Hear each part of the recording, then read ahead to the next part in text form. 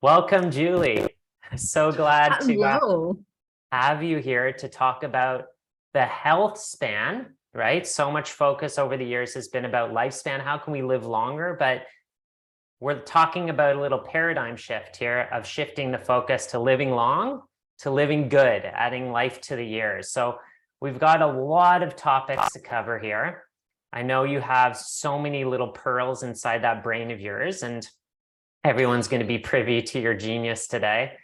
And for those of you who don't know, Julie is an accomplished author. She's authored several books, which have a beautiful spot on my shelf here, which I reference often, on hot detox. I'm honored. Come on, Julie. Hot detox, on detoxification. The most recent one was becoming sugar-free, right? Yes. And what was their first one? Meals that heal inflammation, or yeah. And so much wisdom in those books. Yeah. So much wisdom. I use them with my clients all the time. She's been on Marilyn Dennis many, many times as an expert there, and was really one of the trailblazers in the field. When I was in school, Julie was already out there, paving the way for all of us nutritionists and helping this field grow, because it was very obscure and unknown when we first got started. Holistic nutrition, like, what was that? So I feel so lucky to have hit it when we did, right? Like it's great to get into it anytime. But sure. Thank goodness we found it when we did, because it's just made such a difference in our health span. I know that we're young still, but there's a lot of people around us that seem to be aging at a greater velocity. So it's important for us to do whatever we can to slow down the hands of time. And I can't wait to dive into what works. Yeah, definitely. So most of you don't know this, but Julie's actually 92 years old. She just had her 92nd birthday. Yes. So look at her, right? Like tell us some of your secrets. So let's honestly though, some people are kind of happy to see that I'm 52, and that a lot of people just accept that weight gain. They feel weight gain is just a part of aging, or losing strength is a part of aging. And I think you can choose differently. I think that you can make some awesome choices that really ensure that you can get strong in your 50s and 60s. So everyone out there, there's always an opportunity to have a greater vitality. Well, let's dive into that. I remember in university, I learned that after the age of 30, your metabolism decreases by 1% per year. So that was pretty dire information. But if you improve your metabolism and your muscle mass and your cardiovascular capacity by 2% every year, then you're ahead of the game. So let's just start, Julie, by discussing some of the things you would do if you were to shorten your health span, right? Like what would you do? What would you tell people to do? What would you expose them to? I would actually avoid all stressors and sit on the couch, just like become, a hermit that watches a lot of television. And I would eat lots of highly refined, deep fried foods, lots of donuts, and I would eat ice cream sandwiches and bowls of freezing cold cereal with lots of crispy bits in there, lots of glycated grain. That would be a really good decision if you want to live a very short life. So you're like the blood sugar expert. So I think that's a great segue. You mentioned the word glycated. Can we dive into why blood sugar is such a focus for you with improving the health span? Like, why that thing? Well, because every cell of your body talks to each other. And if you eat a lot of sugar, you create age, which I find so funny that the actual acronym means advanced glycation end products, which are caused by sugar being too high in your body, causing a real miscommunication between all the cells of your body. And it literally will consider it almost like rusting your car out. And you end up with this terrible glycated cells that don't talk to each other anymore. And we end up aging on a cellular level. So we see that in the eyes, it can become cataracts. In the joints, it becomes arthritis. And when it hits our heart, we end up, and all the blood vessels, we end up with cardiovascular disease. Wherever we glycate those cells, we're going to end up with that terrible aging. And if people only knew that if they kept their blood sugar on a more level playing field, they would be so much healthier.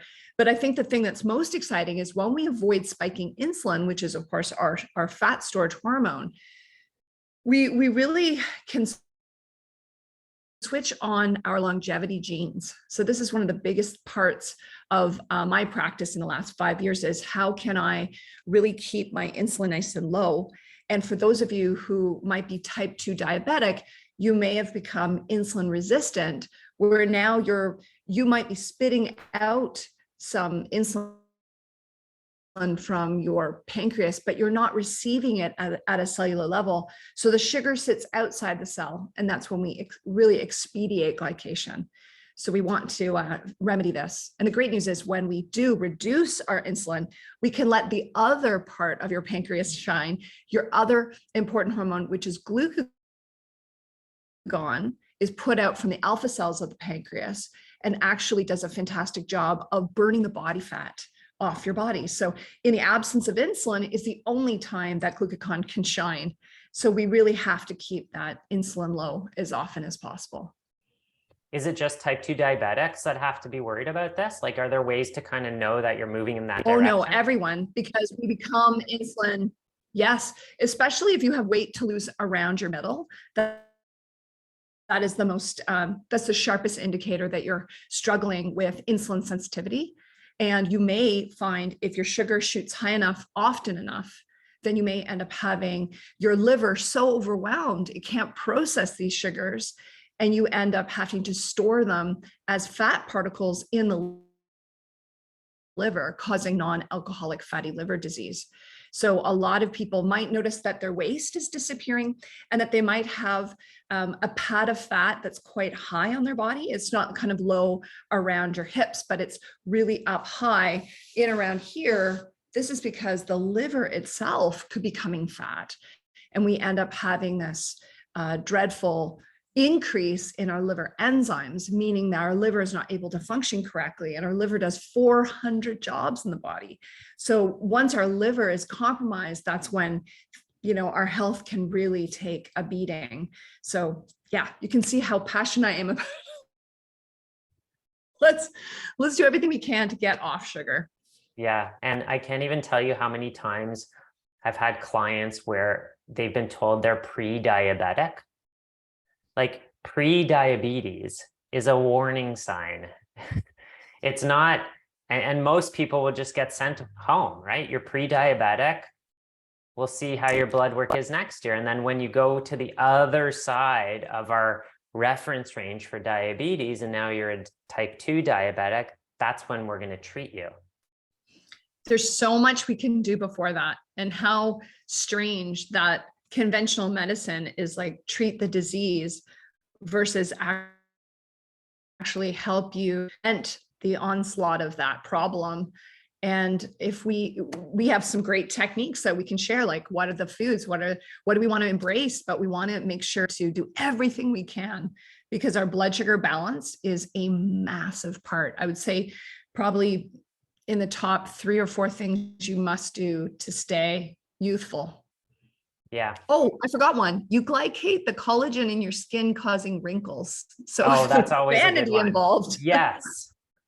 Pick on the appearance piece. That's always a good one to get motivation for people. Yeah, absolutely. Yeah. So I mean, you know, when we have these high sugars, it's like they're like floating around almost like little glass particles is how I describe it, where they can just damage any tissue that's vulnerable. And the ones that are most vulnerable, like the eyes, the ends of our fingers and toes, you know, the skin becomes so open to damage from these things. And the thing that I love about focusing on blood sugar and just, just about your book, that it was all about that, is it's such a big force multiplier. It's like, when I give people recommendations, I want them to not have to focus on 1,000 different things. If you focus on this one thing, you hit so many other factors. So what do you find that affects your blood sugar, or that affects people's blood sugar, that may or may not be related to food? You can definitely start with food, and then maybe we can look at some other lifestyle things. Well, the number one thing that spikes our blood sugar that will shock people is just purely being stressed out. Cortisol will literally say, okay, you have to run away from the bear. We better put up higher. And that can be problematic. So that's why a lot of people, we can certainly go on and on about the health benefits of intermittent fasting, but I worry about people strongly intermittent fasting all morning, every morning, because that can actually lead you to having higher levels of cortisol first thing. So there's a couple ways we can mitigate that if you want to, or if you need to. Say you do actual work around the clock, like if you're a firefighter or a nurse, you don't get to choose when you eat. But if you are somebody who really can't eat in the morning, it turns out that if we enjoy a wonderful brain nutrient called phosphatidylserine, we can reduce that cortisol.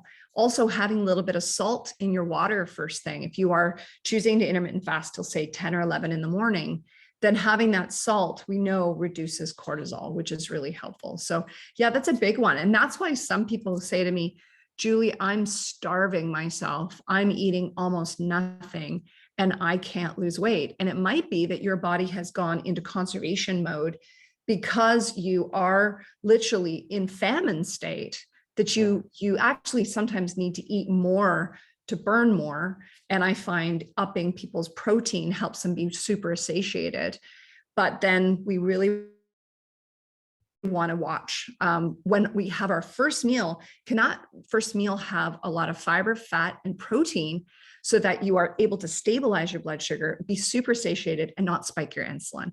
Because it would be ideal to have that kind of ability to make glucagon as long as possible, and then save your carbs a bit later in the day. I love having cherries, for example.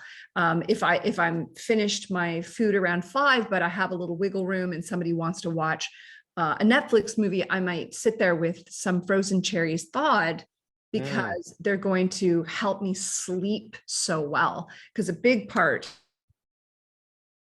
of longevity is sleep. So if we can have a little bit of carbs, then we can actually make more of our melatonin, because tryptophan with a little bit of carbohydrate allows you to convert it easier into our sleep hormone. So there's my kind of eating rhythm. Awesome tip. And when it comes to fasting, right? Because you're starting to kind of go there. Should everyone fast? I mean, does fasting help with longevity? Does it help with improving the health span? Like, what types of mechanisms can we tap into in the body when we do fasting? Well, the reason why my answer, I mean, the only people who cannot fast is if you have extremely difficult to treat diabetes, if you have hypoglycemia that's untreated at the moment. Like, there's times when we have to be super careful about where someone's at. But for most people, I find mild circadian rhythm fasting, which is nowhere near as intense as like, go 16 hours, no matter what, starve yourself till 2. There's some extremists out there that unfortunately, when the average person tries to follow that, it's just too intense. So I really say, hey guys, we're seeing even good data on 12, 13 hours. And that's just slightly extending what your body does naturally, because you can't eat and sleep at the same time. So everyone is literally fasting. They're fasting for a minimum of 8 hours. But if we push it out to say 12, 13 hours, we're seeing a reduction in breast cancer. We're seeing people have much better management of their insulin, and obviously that greater expression of those longevity genes. So we see an increase in the FOX gene. We see a real ability for us to put the sugar where it needs to go inside our cells to be burned in the mitochondria for more energy when the time comes. So we want to, I think, use this tool so that people can have have extremely good insulin sensitivity. That's what the name of the game. As we age, that's what we lose so often.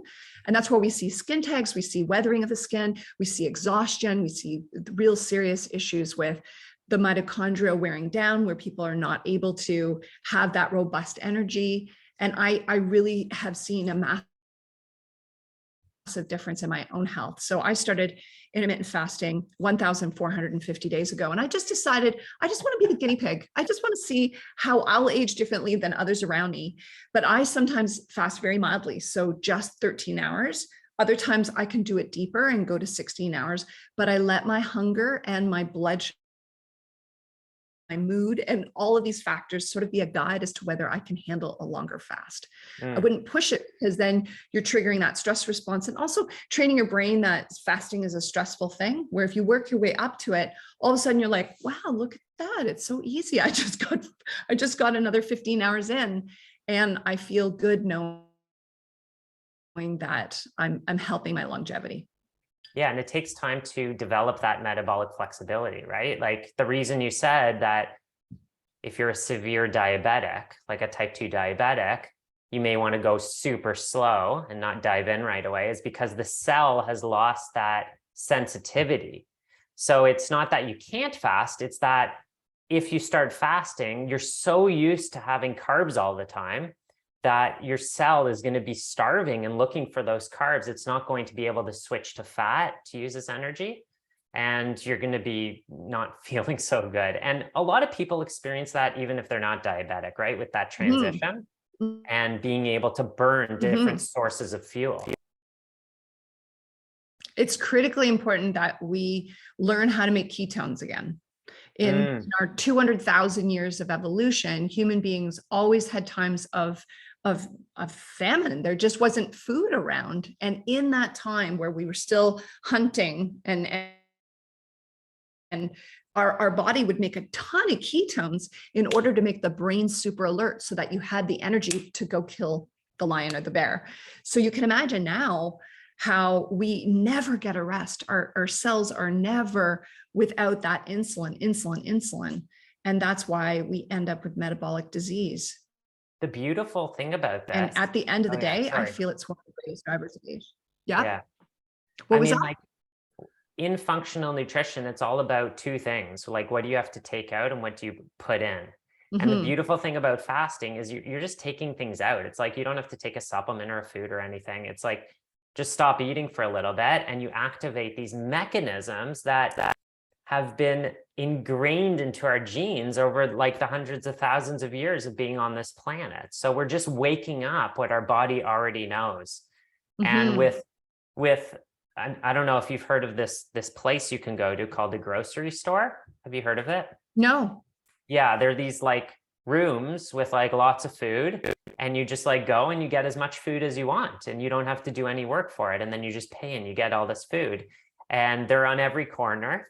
And it's I didn't know if you're serious. I was like, is there like a thing here? Like you find out that if you no, it's just my dry humor. Steps, you're gonna get this food for free. yeah, no. Okay. But like you think about it, we used to have to work for our calories. Yes. Right. And now it's just available. Like you don't even have to leave your home. You just call up whatever and they pull up to your front door and you start eating. Right.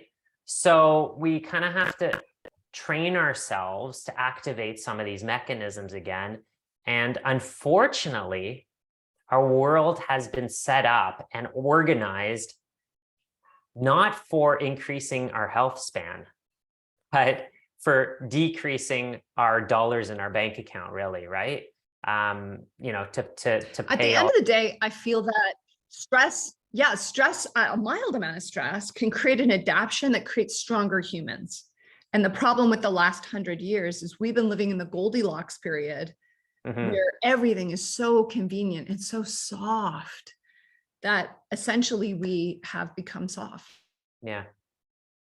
And I think that's why we end up having to push ourselves. I mean, in the old days, you wouldn't go to the gym, you'd go to the garden. You'd have to put in 3-4 hours of weeding. And that's like bent over doing squat after squat. You're going to stay fit. Yeah. So controlled suffering. I love it. Like, tell me Controlled about suffering.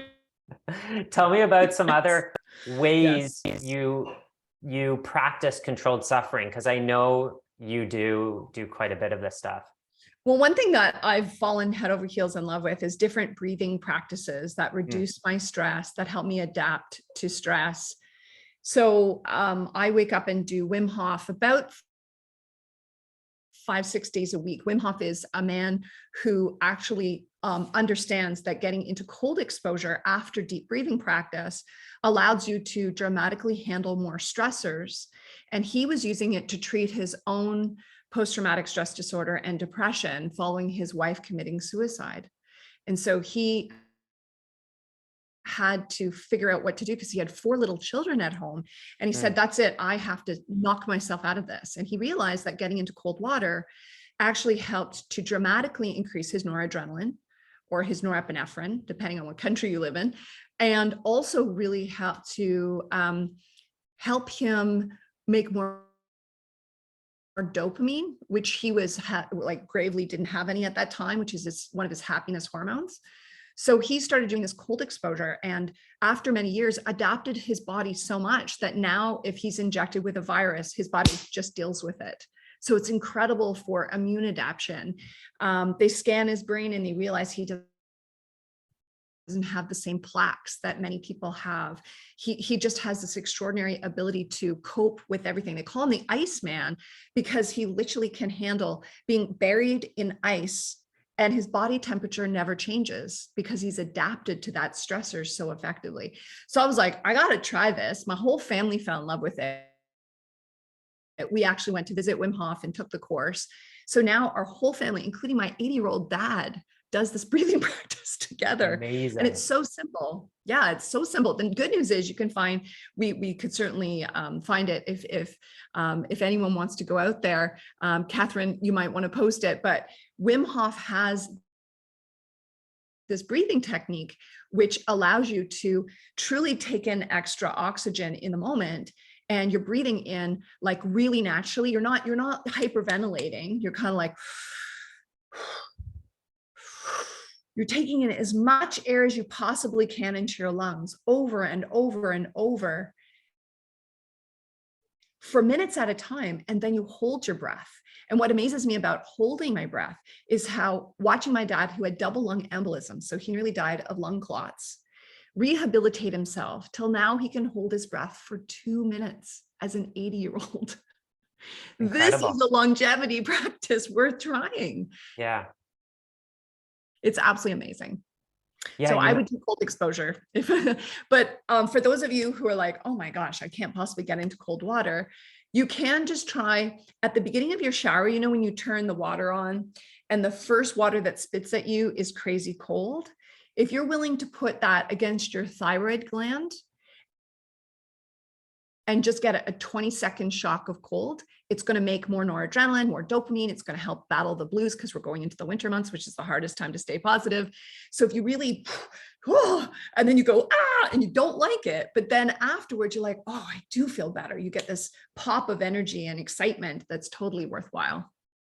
You used a word that I've definitely used myself and a lot of people use, and the word is can't.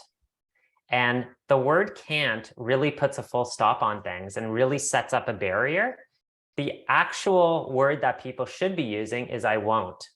Because I once said, I can't do cold showers. I actually prefer a cold plunge, full submersion. And we were talking about this over the weekend a little bit. And Megan and my heater, like our hot water heater at home, broke. Yeah. So we didn't have hot water for a week. And Megan and I were like, okay, that's a bummer. We're going to have to sort of figure out what to do with our 5-year-old. And we figured out what to do. But for us, we just had cold showers for a week. And my can't turned into, something that I was doing. And I was always able to do it. I just chose not to do it. And it felt invigorating. And I just want to make another connection because you used, you discussed dopamine, how it increases dopamine. And dopamine is really important for making us feel good, for giving us motivation. And going back to what we were talking about, related to, controlled suffering, is that we're entering an era where our kids and the younger generation, and even my generation, have been given everything. There's so many comforts. They don't have to work for things. And when we work for things and are challenged with things, we actually get a dopamine hit. So what we're finding is that there's an epidemic of mental health disorders because people don't get the dopamine hit, and then they go to other things like video games, drugs, sex, anything that creates an addiction, gambling, to get that dopamine hit. So sugar, and it's sugar. And you mentioned how Wim Hof actually used it for PTSD. So like the potential to use this stuff for mental health disorders is incredible. Amazing. I want to answer Melissa's question because know that I used to really have issues with adrenal dysfunction. So I was suffering from POTS. It's called postural orthostatic tachycardia syndrome, which is a very serious issue where my blood vessels wouldn't close down. So my blood pressure would crash. So I couldn't do strong things like this. And what we do is we start really small. So it's just putting your hands up to your wrists in cold water and just allowing your body a little bit of stress to adapt, not jumping into a cold plunge pool, but those small incremental changes. Know that I've gone from not being able to do anything shocking. I remember it was really hard for me because when we went to visit Wim Hof, everyone got into the ice bath together and I was stuck on the outside of the ice bath going, okay, this sucks. But I put my arms into here and I learned to adapt. And the beautiful thing is I have fought my POTS and now of normal blood pressure, relatively normal for me.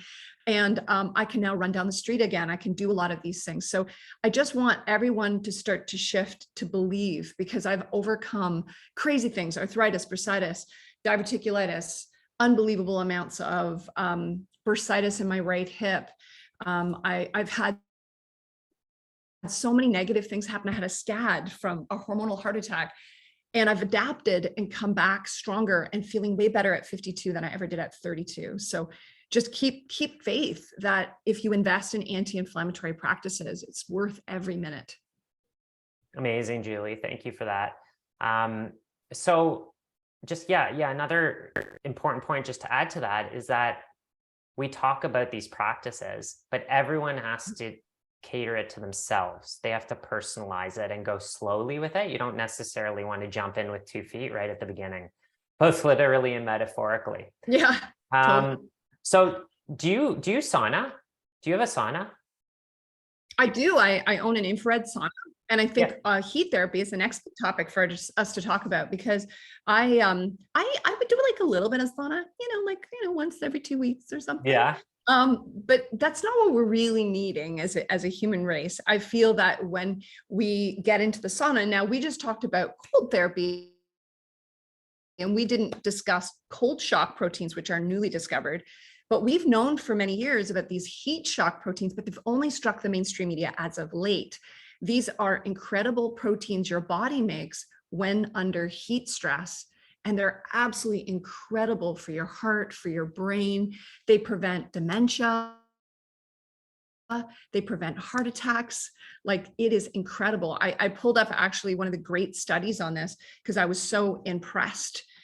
They did this huge the Finnish study that was so incredible.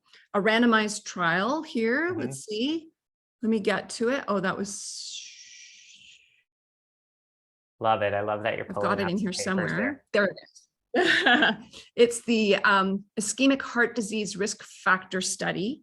And it was done in Finland with 2,300 middle-aged men. Mm-hmm. And what they found was that there was people who were willing to sauna if they saunaed 2 to 3 times a week, they had 27% less likelihood of dying of a cardiovascular disease. And if they were willing to double that and use their sauna 4 to 7 times a week, they were able to reduce their cardiovascular risk of death by 50%. I thought that was unbelievable. And in the same study, there was 40% less likelihood from all-cause mortality. That means every single type of way you could die prematurely was reduced by 40% overall. But this one really struck me because my husband carries the ApoE for Alzheimer's gene. So we have to do everything we can to prevent Alzheimer's. And if you regularly sauna only 4 times a week, you can reduce your risk of dementia by 65%. Like, what? I'm just blown away at this. And for people who are like, well, what does that mean? That is a really hot sauna for 20 minutes. That's a 78-degree sauna for 20 minutes. Now, because our infrared sauna only goes to 60 degrees, then in Japan, they've done a lot of milder saunas that are 60 degrees, and they still have amazing benefits. You might just need to stay in a few minutes longer, like if you can handle it, up to 30 minutes, because that's going to make you sweat and really have a great heat shock protein reaction. And then another thing I learned recently that I haven't been doing until I was like, what? Is you need to get out of that sauna, run to the shower and wash off all the heavy metals and phthalates and all this stuff that comes out of your sweat.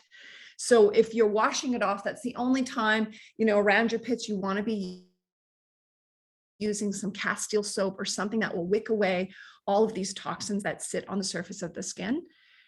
Because I normally I know not to use soap, because we need to have, especially on our arms where we're having sun exposure, the actual fat in your skin, the cholesterol, is what's going to make your vitamin D. So I stopped using soap, but now I'm like, you got to soak down the dirty bits when you have come out of your sauna to really make sure you get rid of it.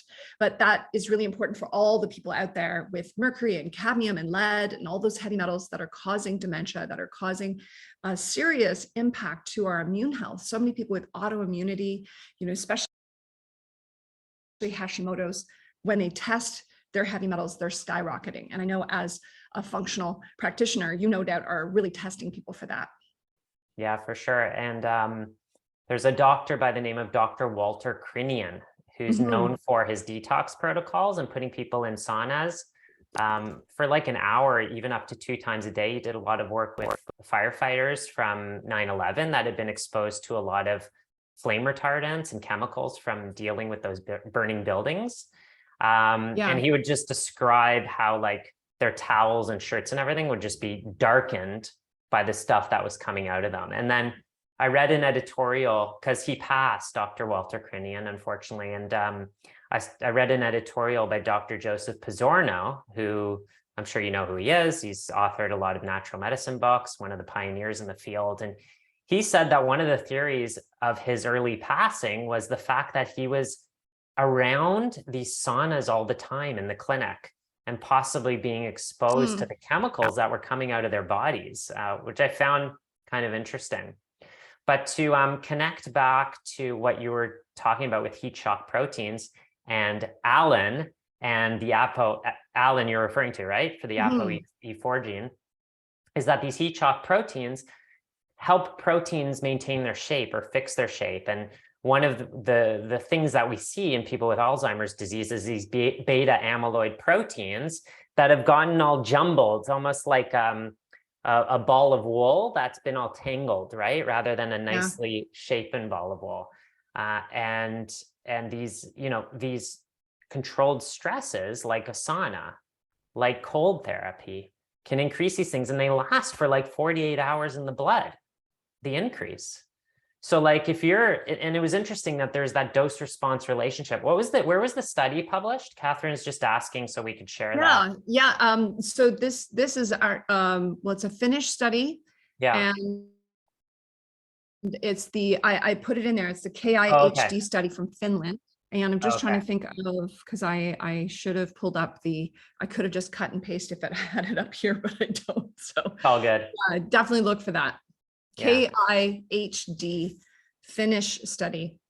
There you go. Yeah. Awesome. You were saying.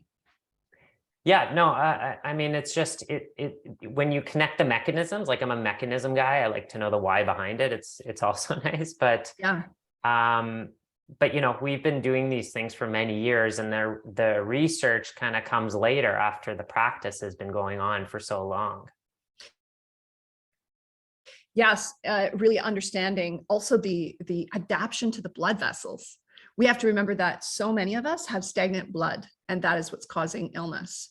So if we can actually vasodilate correctly, almost like we're running, like when we get in a sauna, we're burning 600 calories an hour because our heart speeds up and the blood pumps more efficiently, and that vasodilation is extremely important. And that's why we often see blood pressure coming down and heart rate coming down when we get out of the sauna, because our body adapts to it. And I love that. I love the fact that we're seeing that's the connection to the reduction in heart disease risk. Is not only are we not having the misfolded proteins causing the terrible damage to the heart and our blood vessels, but we also are seeing just the heart working more effectively, as if you're running down the street without running down the street. So great for people who are exercise intolerant, people who have a lot of joint pain. They can start their rehabilitation in the sauna. Amazing. So we've talked about cold, we've talked about hot. Let's talk about exercise, right? Because oftentimes people are exercisers or non-exercisers, right? Yes. And it often happens from a very young age. When I'm working with a client who's a non-exerciser, does not exercise yet, yeah, they have to exercise. They have to start moving. The benefits from exercise are so vast. So recently I heard, I don't know if you follow Peter Attia. Oh my gosh, I'm pulling it up right now. So stop it, Julie. The Attia rule. That is so funny. You take it away. Are on the same wavelength. Just Peter Attia is one of my favorite longevity experts. He's a medical doctor who does elite functional medicine, and he made the best statement. He said, "Stop talking to me about nutrition and supplementation until you're willing to move, because exercise is the most important thing for longevity." And I was like, really? He said, until you can deadlift your body weight 10 times, until you can dead hang for 90 seconds at 40 years old, until you can get your VO2 max to 75%. Like, he just went on. And I'm like, I think I'm going to simplify it for people. So I actually came up with my rules of longevity that I've been able to handle sort of at my 52-year-old human self, which is I just have a 5-minute daily strength workout that's just working so well for me. I do a dead hang. Now, what is a dead hang? It just means that you're either hanging off of a bar or rings or your tree in the backyard, but you're letting yourself hang and working on your grip strength. Now, if that's way too outside your comfort zone, you can just work on your grip strength, opening your own cans, working on squeezing your cans, like if you're grocery shopping, and squeezing that shape so that you can strengthen your actual forearms and get some grip strength back, because they actually measure grip strength as a predictor of your potential demise. Did you know they now have this crazy thing called the fragility index, where they measure people how fragile they are. And if you cannot grip over 25 pounds as a woman or 35 pounds as a man, it's a real predictor that your muscle strength is winding down and you are significantly heading in the wrong direction. So I'm like, oh my goodness, I got to get good grip strength, because it also allows you to do bigger things. Like when you get into the gym again and you get excited about life, you're going to need to pick up heavy objects. And without grip strength, you can't do that. So I do a 1-minute dead hang and then a wall squat for a minute, which is so good, because if you don't know squat, you don't know squat, right? You've got to be able to squat. Yeah. And so really all that is using a wall behind you for support. You're simply squatting down and building up the actual muscles around your knees, because once you lose your ability to squat, you can no longer toilet by yourself. And then you end up in long-term care, because if you can't transfer and make that happen, you can see how that's how people end up really feeling a loss of their independence, which is really, really important. And then working on your balance is so important. So I no longer do any bank lineups or any sort of, when I'm standing at Costco, this is what I'm up to. I actually want to make sure to be doing some actual balance exercises where you can do it really subtly. You can just put one ankle on the other ankle. Mm-hmm. And this is a tree pose in yoga, but this is allowing you to work on your tiny muscles in your ankles and feet that allow you to stay independent and prevent falls. Because I'm not going to lie, guys, hip fractures take people out. It's the #1 cause of accidental death late in life. Is when you break a hip, you create blood clots that really, you have a very, I don't want to go down negative town, but we want to avoid falling down. So this is one of the great things you can do. And what I love about it is it's free, and every single person on the planet could use a better sense of balance. And also with better sense of balance, you also have greater agility to take on life, and you can dance and you can have fun with grandkids, and you can have just a greater sense of joy. Love it, Julie. Yeah. I mean, I wonder too if the grip strength thing, because I've heard that many times, is a proxy for full body strength, right? Because a lot of people don't just work on grip strength. It's like your grip strength is a function of how often you're picking up weights, grabbing things, lifting things. So I wonder if that's part of it. Yeah. Absolutely. Oh. Yeah, go ahead. And also you exercise too, though, right? Like you don't just do that stuff. You have a regular exercise routine. So I believe that what cured all of my problems, and I know this is going to sound oversimplified, is I went from a non-exerciser, a person who did not like exercise at all, to just committing my life to twice a week lifting heavy weight. Now, I didn't go in with heavy weight. I just want to preface this that you can't just go lift heavy weight or you will throw your back out. Yeah. But I decided to commit, I think lifelong, to working with our coach, our mutual coach, actually, Gitan, to learn biomechanics, to understand how do I need to move in order to pick up that weight off the floor. And now I can deadlift 135 pounds off the floor 3 times.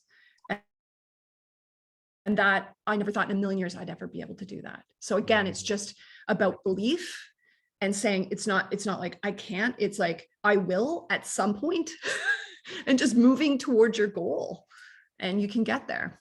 Yeah. One of the stats I got also from Peter Attia, and I think I love this because it's so impactful, is if someone smokes or has diabetes, they have a 2 to 3 times increased risk of death. Okay. But if someone's in the top cardiorespiratory percentile, right, like really fit cardiorespiratory, they have a 5 times decreased risk and reduction of all-cause mortality.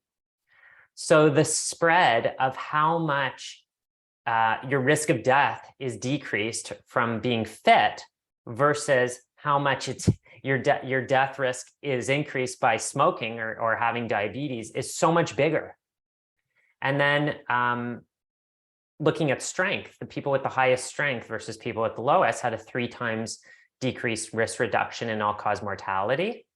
And you also get about a 3 times decreased risk if you're going from not fit at all to just average fit, right? So there's so much focus on like, don't smoke, lose weight or whatever, but this more positive approach on it, rather than the elimination, the addition of this can have such a massive impact on people's health and longevity and health span.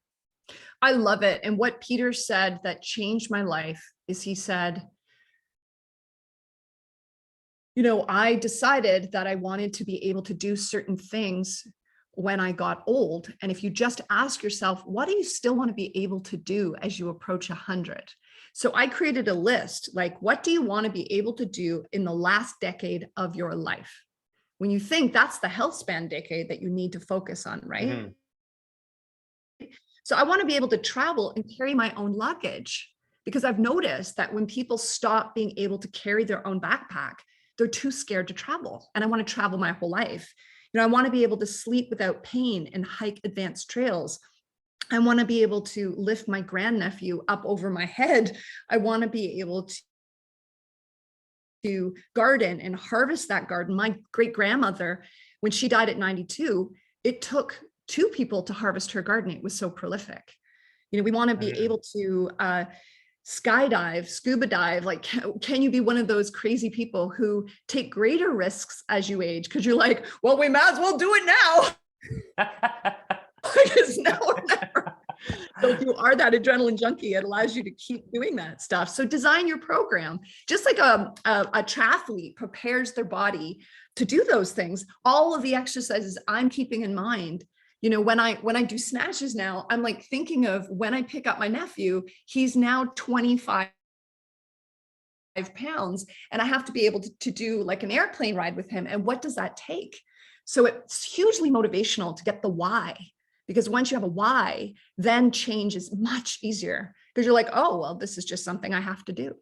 And not have to do. I want to do it. I choose to do it. And by making those powerful choices, your life is awesome. I love that list, and I love that approach to all of that. Now, we discussed a little bit, or we mentioned the blue zones, and there's something I need to bring up, because out there in the nutrisphere, there's a lot of people saying that kale and lectins and oxalates are like trying to kill you. So can we just give our perspective on this? Yes, absolutely. I would love to do that, because I know a lot of people are consistently confused. So I feel that if your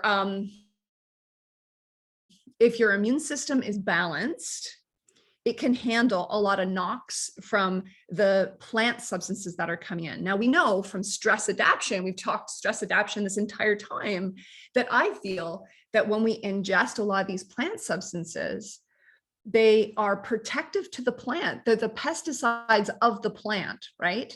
And those substances, some of them, the polyphenols, for example, the quercetin in there, these wonderful substances do amazing things to interact with our immune system and help to protect us too.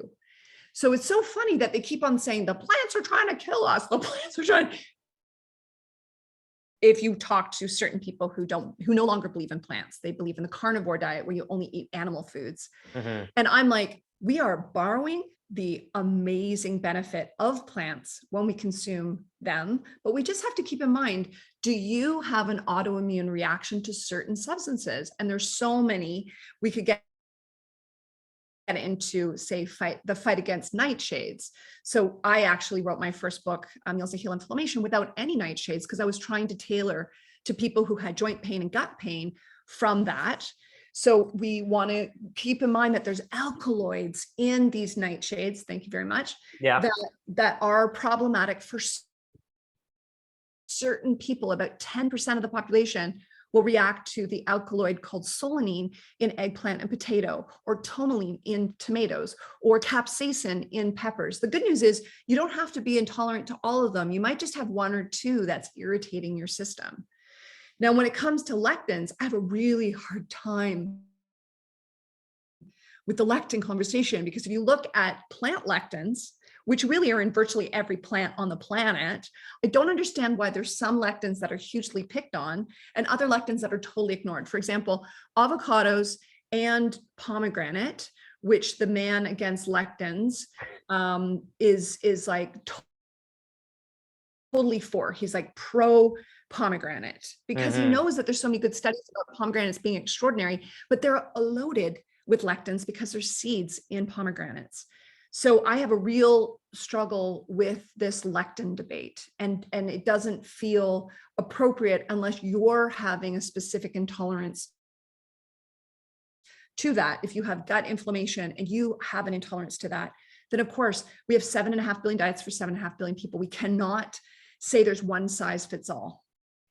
Well, one observation I made, which is really interesting, I was chatting with Megan about this, is so this past weekend, we had a wonderful lunch with a bunch of our friends.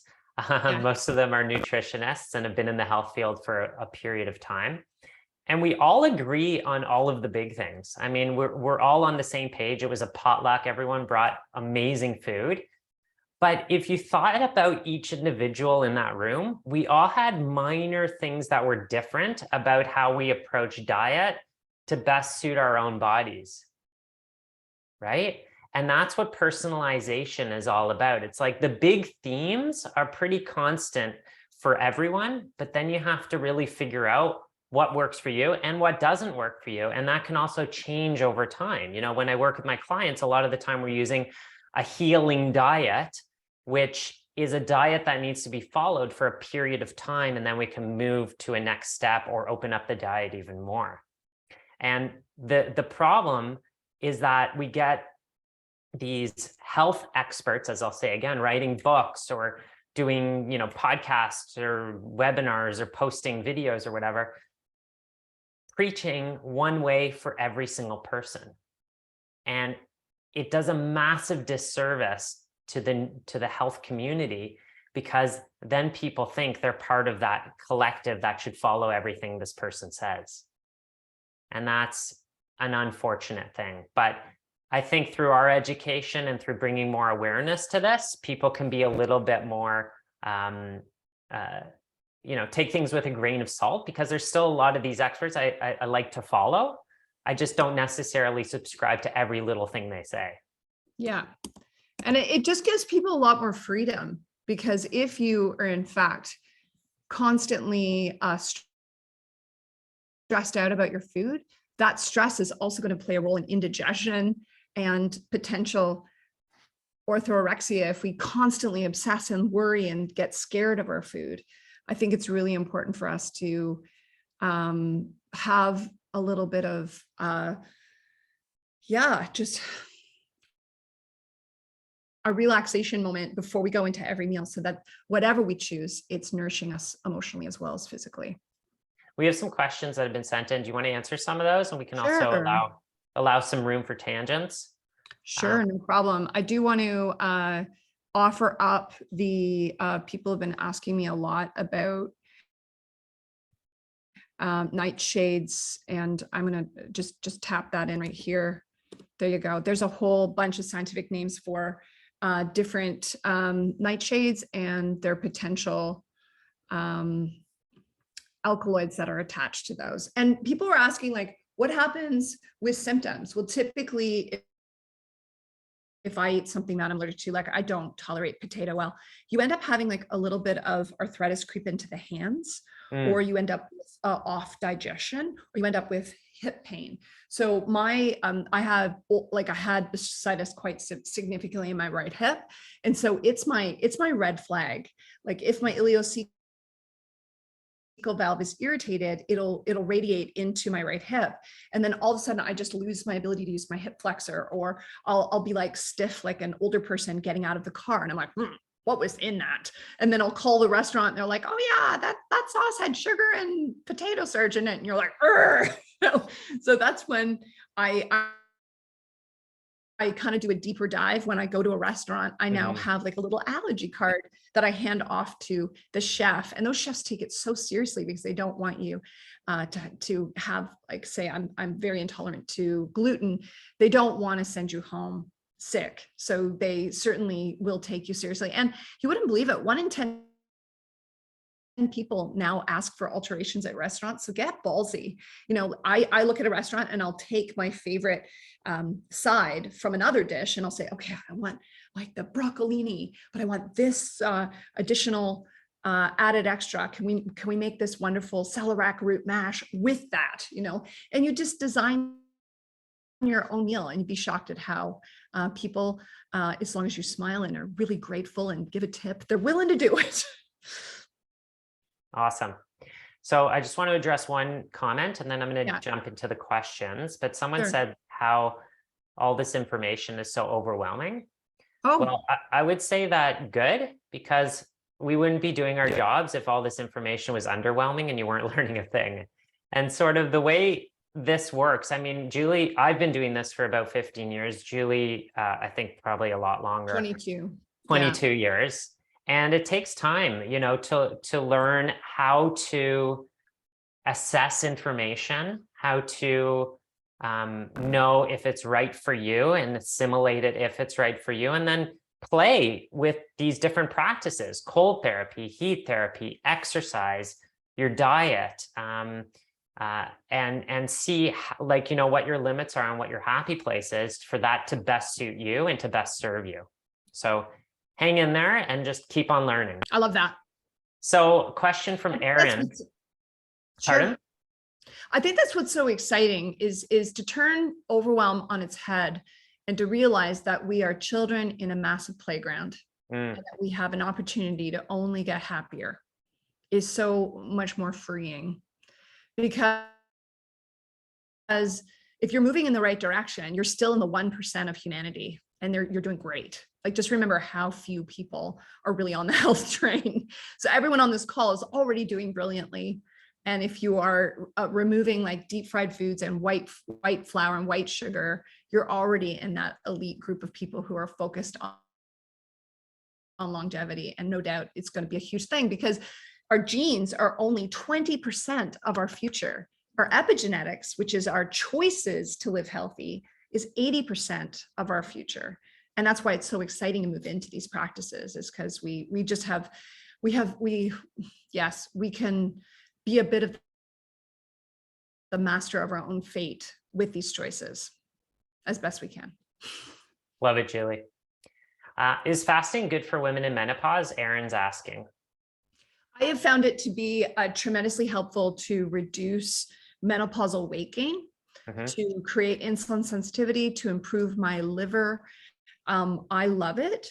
It's just really a good idea to take it easy as you learn how to do it until your body can make its own ketones.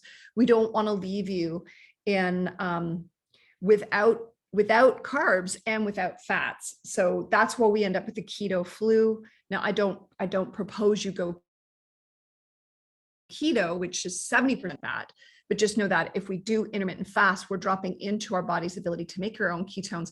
But keto, like that ability takes time. There's like a 1 to 2 week period where you have to actually practice.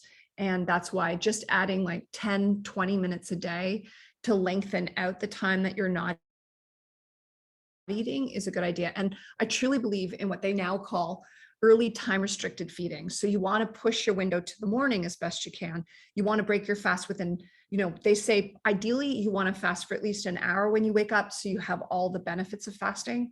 But then you want to break your fast by about 10 a.m. and the perfect, like really all the science is saying, eat some protein and fat at 10 a.m. or before, a little before, and then you're good to finish around 6 or 7. Because if we eat it at night when it's dark out, your melatonin trumps your insulin sensitivity. So every carb calorie after 6 or 7 is starting to sit in your system and cause havoc and not necessarily be put into action because you're not moving, right? You want to earn your dates. So when you have carbs, we want to be able to use them. So that's why I try to push my eating window to the daytime. And it's hard right now, but even socially, you can often finish eating by about 7, you know, and then you'll have a reasonable window. Yeah, I love how Dr. Jason Fung describes how to move from carb burning to fat burning, is that he talks about your fridge that kind of has all your food is like your carbohydrates, but then you have a couple deep freezers with like extra food in there. And you have to get through the whole fridge. That's all your carbs to really tap into the deep freezer. But everyone keeps on loading up their fridge all the time, right? So you've got a certain amount of storage in your muscle, a certain amount in your liver, and you have to burn through that in order to get to the fat and to start using that as energy. So if we have a certain amount in the muscle, using those muscles can help use it up quicker right? So like going for long walks or doing exercise even at the beginning of a fast can help speed up the fasting benefits. Yeah. But then we got to get into the freezer to get those ketones. And most people are not even getting those ketones from an overnight fast. So it takes a little bit of time to train your system to use up all the food in that fridge and get to the freezers. Totally. And I'd love to speak to, there are a couple things you can do to get rid of your glucose faster. So cinnamon is amazing. A quarter of a teaspoon of cinnamon, using berberine, which is a wonderful plant substance. We want to help our body as best we can. And as you said, even 200-meter walk after dinner has been shown to lower your blood sugar so that you can actually get to that active fast. Because people think they're fasting when they stop eating, but it kind of takes a while because the food's still in your stomach to truly get into a fasted state, up to 5 hours for some people. So we want to make sure we do the best we can with that. Debbie asks about intermittent fasting and that it's bad for your blood type A. I'm A+, and I've been intermittent fasting for 1,400 days with incredible health benefit. So I've never heard that. And I've also never seen any science on that. I don't know if you have, but haven't heard anything about blood sugar, or like the actual blood type, and whether you're sensitive to intermittent fasting or not. Yeah. I looked into the blood type diet many, many years ago, and I just found that the conclusions from it and the lessons learned and the directions that people were given because of it didn't really match up with clinical results. There was too many other things to focus on, so I abandoned it a long time ago. I think what I struggled with is, as an A type, I was vegan following the A+ diet and was allergic to all of the protein choices, the peanuts, the legumes that they were telling me to eat. So when I put animal products back in my menu, I felt 100% better. So I think we have to there's not 4 types. I feel there's 7.5 billion menus out there for us all to discover, for sure. Right. Can't wait to download. James, absolutely. Ceylon cinnamon is the way to go, because if you have cassia cinnamon, it does have a toxin in it that you can't have extreme amounts without your liver complaining. Cool. Question from Claudine. Yes. If you don't shower in the morning, can you step outside in the cold weather for some of the benefits, I'm assuming she means, of cold exposure? Yes. So get out there, put some snow as we're going into snowy times, put a little on your thyroid, put a little on your wrists. I'm not going to lie.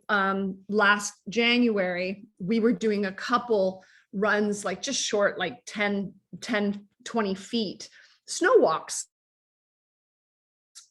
Whoa, that really gets your noradrenaline going, right? Your norepinephrine flowing. So whatever you can tolerate, but you want to take it in small doses, because of course, if you walk too far, I don't want you to have hypothermia in your feet. So I have to preface everything as saying, moderation is key. Can you use a steam room instead of a dry sauna? Marla is asking. I don't see why not, because you can even create heat shock proteins in a hot bath for those who don't have a sauna. It's really about getting your core body temperature 2 degrees above normal. So you're running a temporary fever. Actually, your body core temperature is going up just for like 20 minutes, 30 minutes. And then when you come back down to normal, that's where we see an adaptation where your body gets so much healthier, and your circulation, and of course, all these beautiful heat shock proteins doing their job to keep, because if we talk to David Sinclair, who's one of the other amazing doctors of longevity, he really feels that aging is a disease of misinformation. When our DNA can no longer reproduce correctly, and our beautiful telomeres start to unwind and things get hairy, that's when our body starts to totally break down in age. So if we can have good communication through balanced blood sugar, through heat, through cold, through healthy nutrition that keeps the free radical damage down, that's when our body is able to make photocopies of itself and have that communication stay high. And we really have the greatest shot at having a great brain as we age, and body. Cool. Are you good to go to 12:15? Another 10 minutes? Absolutely. Okay. Sure, let's do it. So there's a long question here. I'm going to see if I can try to interpret it. For women who have a lymph disorder, and we are encouraged not to overheat in the summer and to not use hot water or soak in hot water, how can we use sauna? And how long and for how often? I'm a very active woman and have used sauna therapy, including hot and cold water therapy for decades. I'm told I look 25 years younger than most people my age. So lymph disorders. Lymph disorders, I would go upstream and look at what can we do to help the lymphatic system first. There's amazing lymphatic herbs out there, and the lymphatic brushing, which is so effective. And if you can't do heat, would cold be like, not crazy cold, but just like arms in cold water, would that kind of adaptation and help to pump?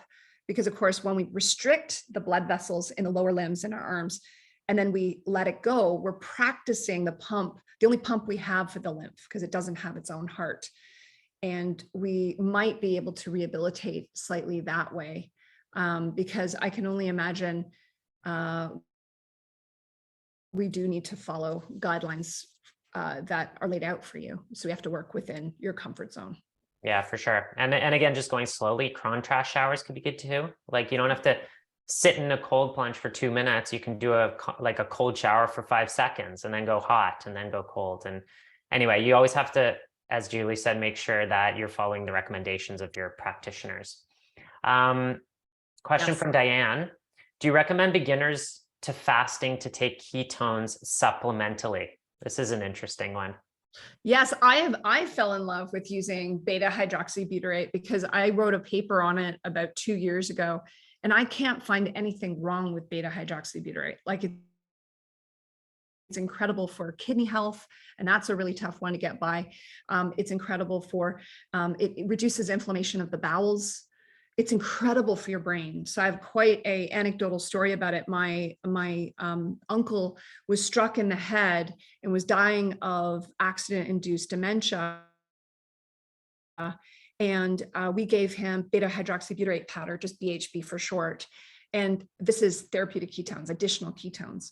And no word of lie, he went verbal for the first time. He was able to make out a sentence to us because there was enough actual nourishment for his brain to run again temporarily. So I ended up shipping him boxes.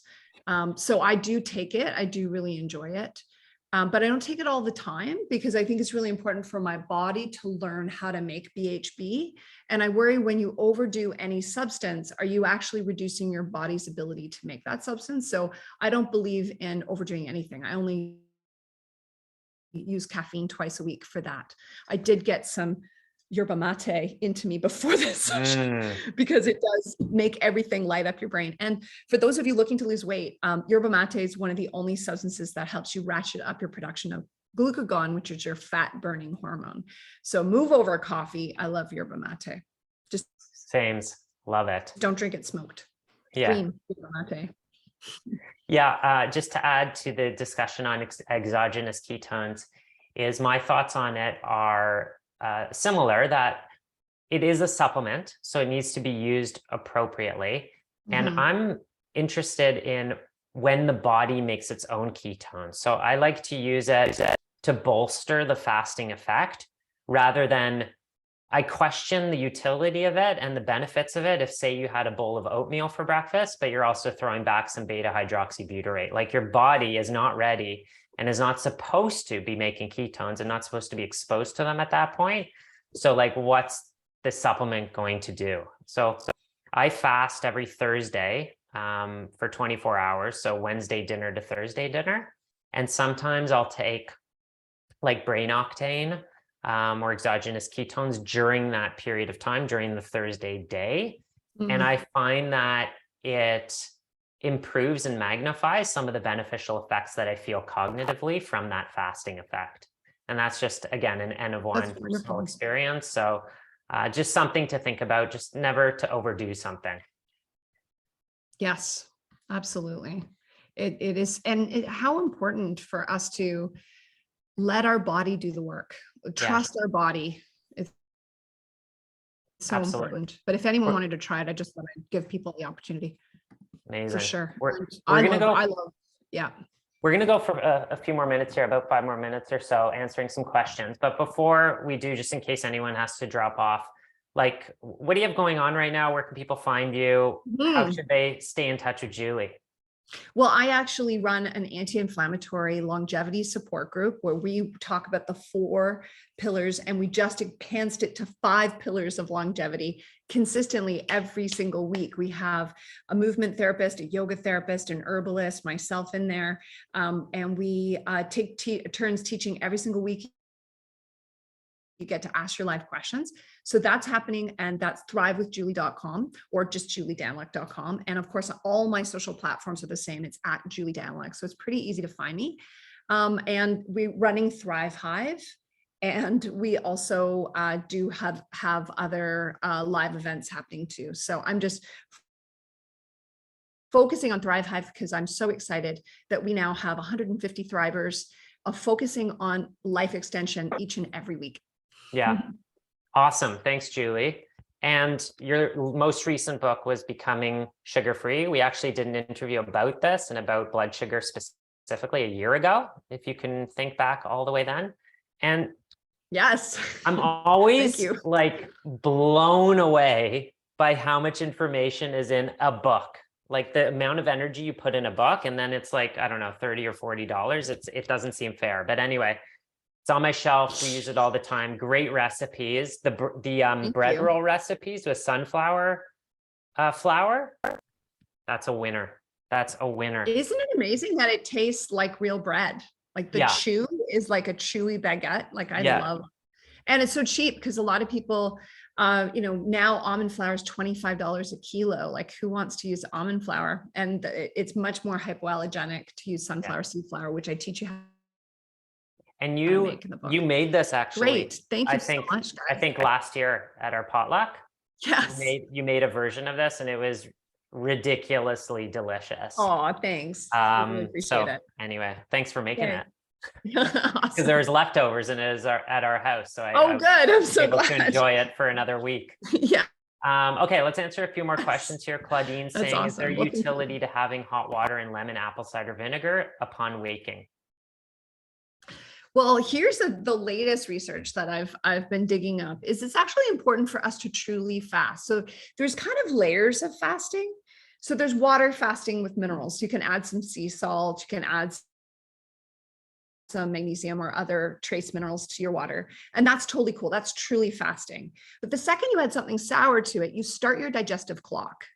So you're actually having the digestion wake up slightly. So even though it doesn't have any calories in it, and even though technically you are keto fasting, you are in fact in a fasted state, you are breaking your true fast and starting your digestion, and your body's going to start to say, hey, you better feed us, because we have to remember that all of these sour substances lower our blood sugar.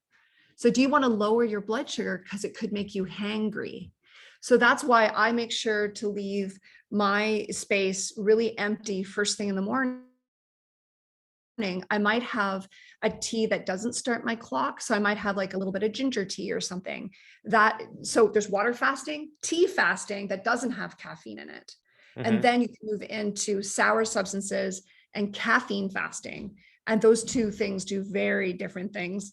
But some people will say, okay, I'm going to have a green tea or mate coffee, and I'm going to go another hour. But just be really mindful that you are kind of burning the candle at both ends if you go too far there. And that's why I like to break the fast by 10 a.m. for those of you with a sensitive thyroid. Men often can robustly fast a lot easier. But there you go. There's my long-winded answer. Yes, it's fabulous. Just move it a little bit later in the morning so that you don't end up hangry or having low blood sugar. Yeah, I think the next question was just answered. What hot beverage do you use in the AM during a fast? From Terry. So personally, I do anti-inflammatory herbs. So I really like to do, my favorites right now are licorice, because it's an adrenal tonic that really helps me. Ginger, all those beautiful cardamom, cinnamon, all those beautiful spices that heal the digestive lining is really fabulous and very mellow. So I kind of try to start mellow and end my day mellow, but no licorice at night because it will keep you up. Right, because it potentiates cortisol, so it maximizes the effect of cortisol, and that's where we want it to go down. From Wally and Maureen. Hey, Wally and Maureen. Is cold or hot treatments better for circulation in the hands and feet?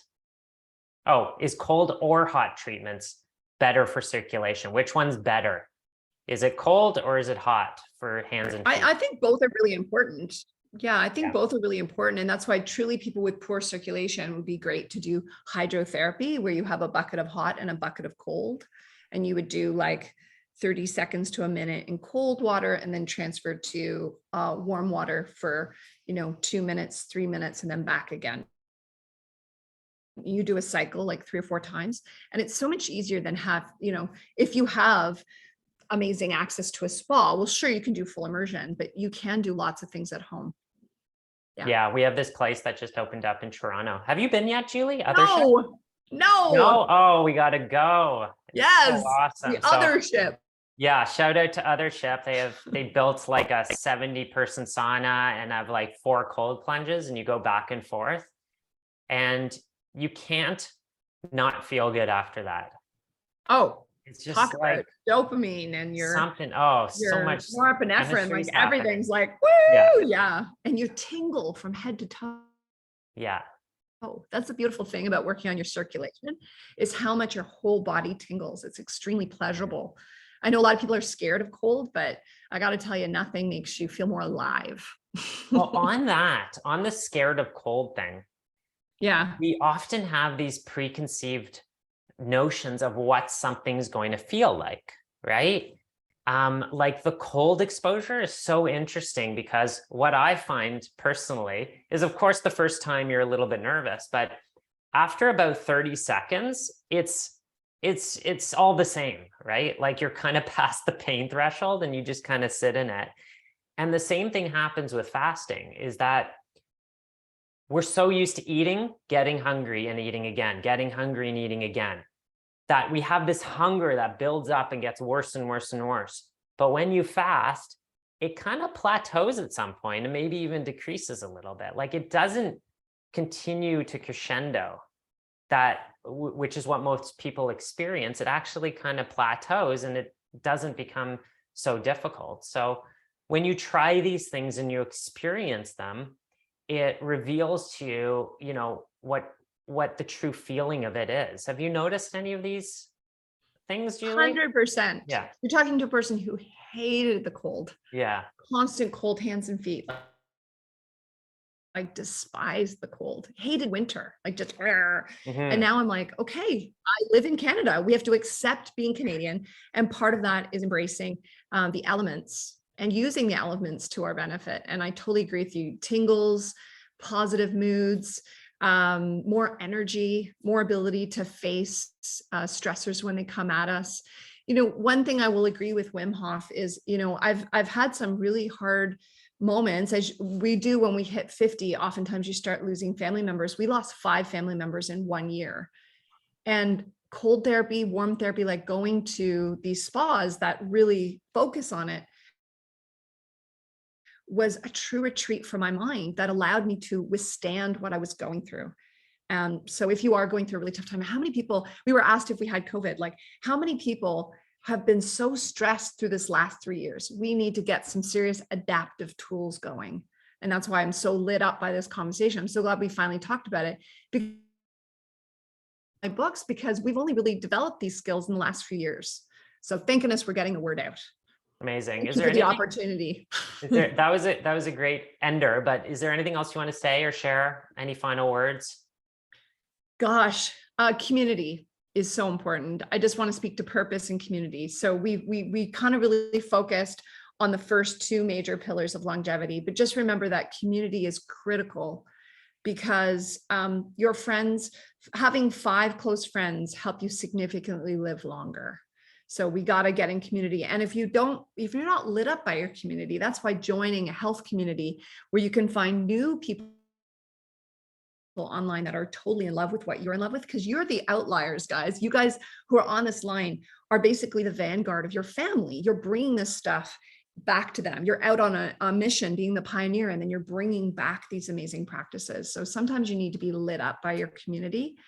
And then the last piece is purpose. And this is our purpose on this planet. And if everyone focuses on their purpose and being a contribution, there's a deep soul level of fulfillment that's so much more important than pleasure. Because we always focus on like, can I be happy? I want to be happy. Well, watching YouTube clips of funny cats would seem to give us happiness, but unfortunately, the purpose is so low that it runs very shallow and very hollow. So that's why this sort of purpose, where we're, you know, working on sharing this awesome stuff, hopefully lights you up, and that you guys can pay this forward to your own communities, which makes me very happy. Awesome message, Julie. Thank you so much. And I'm honored to have you as a friend and you in my inner circle. So you're making me live longer and healthier just by being there and present. So thank you. Well, I will say this as we wrap up, Josh, if I was to take bets on the person who will live past their 100th birthday, it is you. Well, I guess we'll see. Yes. Only time will tell. You'll either be right or you'll be wrong. And I guess we'll find out. So just a few final housekeeping things. If you missed part of this or want to watch part of this again, we're going to be sending out a recording. So that'll be available to everyone to check out. Currently, I'm running my hormones course. We start on Thursday and we've extended registration. So if you're interested in learning more about hormones and endocrinology and blood sugar, we have a big section in blood sugar. It's not too late to sign up. We begin tomorrow. And our first live stream is next week on Thursday or on Wednesday. Also, if you're interested in my full functional nutrition certification program, that registration opens November 22nd. We have an information session coming up, which you can find on my website as well. And maybe Catherine will post a couple. I see she's already posted some links here, so you can check that out. And if you want just a little bit more on functional nutrition, I have a free masterclass that you can sign up for at joshgitalis.com/masterclass. Easy URL to remember. And we talk about some of the things we actually covered today on genes and a whole lot of other great topics. So with that, Julie, what are you up to the rest of the day? Oh my goodness. I am actually going to massage all this info because I have about 10 pages of notes. I think I might have to write a longevity ebook. And it all started with you asking me to do this. So I want to thank you for that, because I actually teach my transformation students tonight. So yes, amazing. Thank you for this. It's been such an honor and I love it. And thanks to everyone. You had such great questions. Yes, thank you all so much for joining us. And whatever you're up to the rest of the day, have a great day. And we'll hope to see everyone again soon. Take care. Bye, everyone. Bye now.